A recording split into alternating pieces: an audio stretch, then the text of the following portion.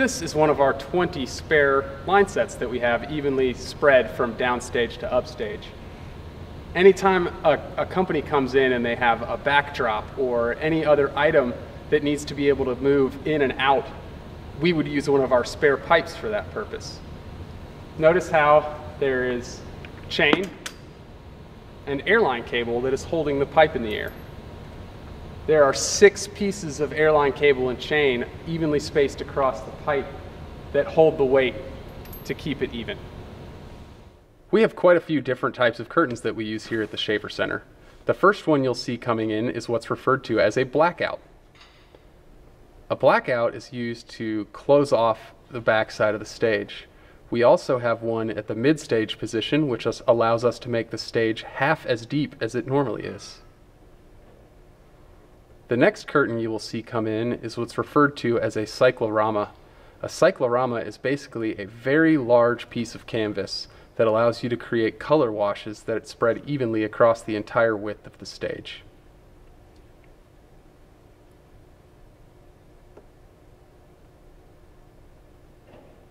Downstage of the cyclorama, the next thing you'll see is what's referred to as a Sharktooth Scrim. A Sharktooth Scrim is a very versatile curtain in that you can use it to project light on.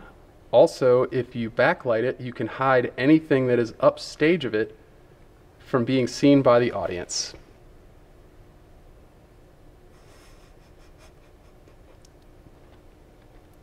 The next curtain that you will see coming in is a set of legs.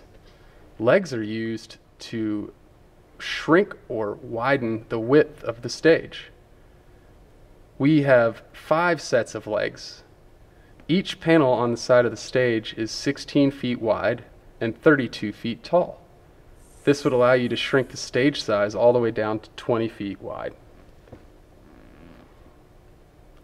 One other curtain that you'll see, and it should be coming in front of some of the lights up at the top of the stage, is what's called a border. Borders are used to hide the pipes and to mask lighting and other elements so that you can't see them. The curtain that you are probably most familiar with is the main rag, or the grand drape. This is the curtain that is currently closing. These curtains are used to hide the stage so that before the show, audience members aren't able to see what's happening on stage. This allows you to be able to make set changes or scene changes. It also signifies when you have hit the end of the show or intermission, which is the break in the middle. There are 2 ways to open and close the main rag.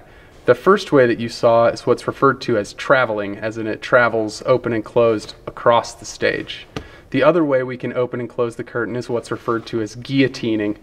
Guillotining is when it comes straight down or goes straight out.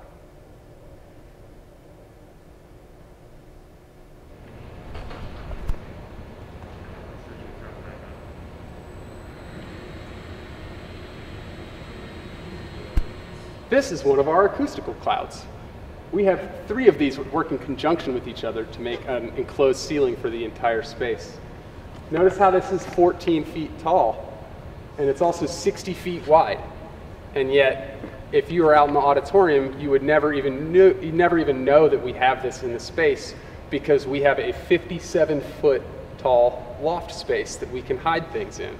So one of the things that's neat to think about is anytime that there are people on stage, our acoustical clouds are just flown up into our loft space and are completely hidden from view. That might answer why when you're outside of the Schaefer Center and you see the really tall tower on the back of the building, what that space is used for. We've already shown you our acoustical ceilings, also known as clouds, but what I thought I would show you next is a time-lapse video of us setting up the acoustical shell. Since we don't currently have a student crew that would be able to help us do this, this is the only way that you'll really be able to see it. The first thing you'll see is the 3 cloud panels come in. We tip them flat and the lights turn on automatically. The next thing you'll see is we are adding 4-foot panels to the top of the 24-foot tall towers. The towers then are rolled into place, an additional panel is put in at the bottom, and then we are opening reflector shelves, which you'll see towards the top of the shell.